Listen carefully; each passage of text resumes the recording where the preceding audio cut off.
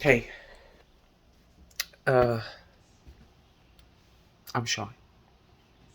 I'm gonna send this out the best way that I know how, but I need to explain something to a lot of people.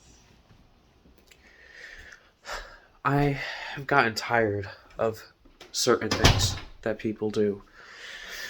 One of those things is telling me about their OCD habits.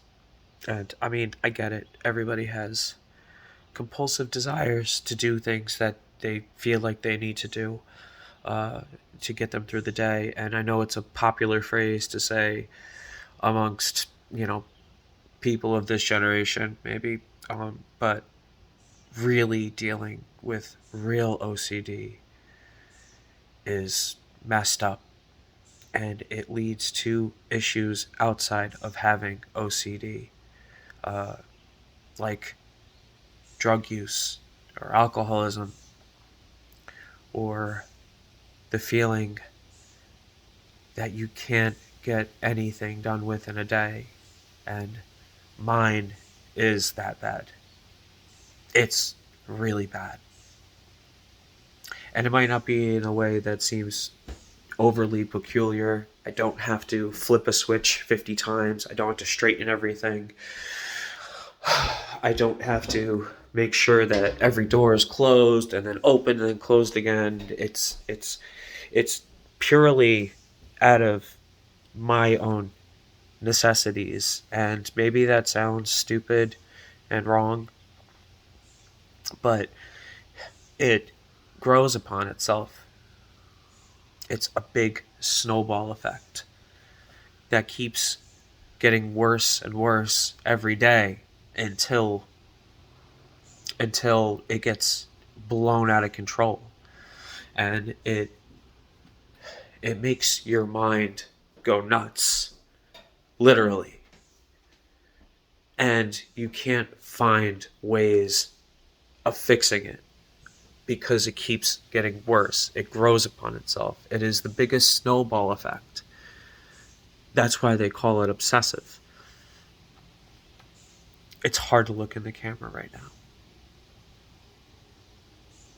because I'm going through a depression that it's very only one person I know can truly understand it, and it's killing me inside. It's getting to the point where I can't even do anything now. Look at me. I'm a shell of myself. So when you turn around and you say, I'm OCDing, I'm OCDing, I'm OCDing, you don't get it. Most of you. And for the people that really do get it, they'll probably turn around and be like, holy shit, that has to be hard. It kills you inside.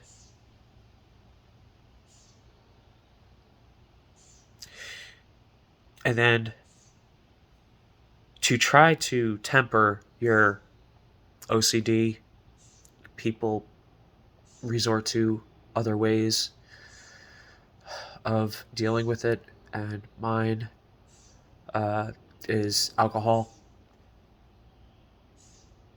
And it's either it does temper it, but it just masks how it masks my brain won't stop. I need something to stop it. And I chose the wrong way of dealing with it.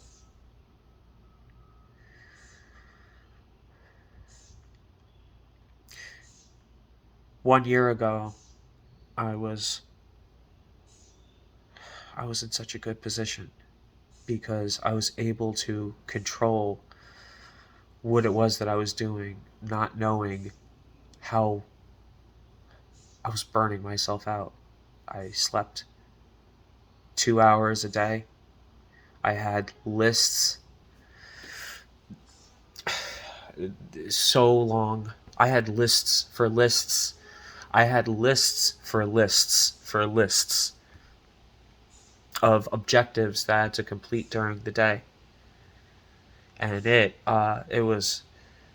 got too much for me to handle, and I kept burning myself out, and I would try to get myself better, and I did, and then I would go and I would burn myself out again, and then well, anyway,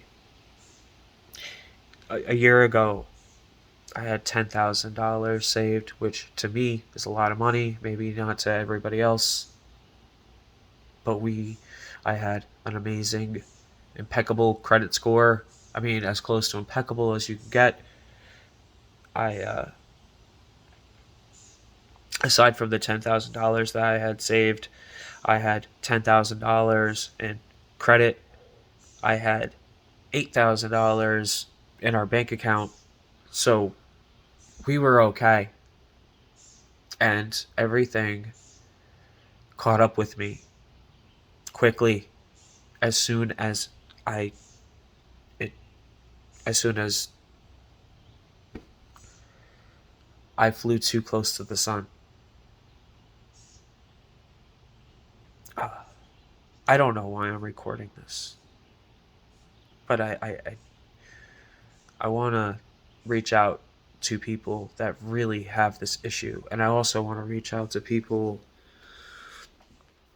who don't understand what it really means to have this disease and to slowly watch it take over your life. It hurts.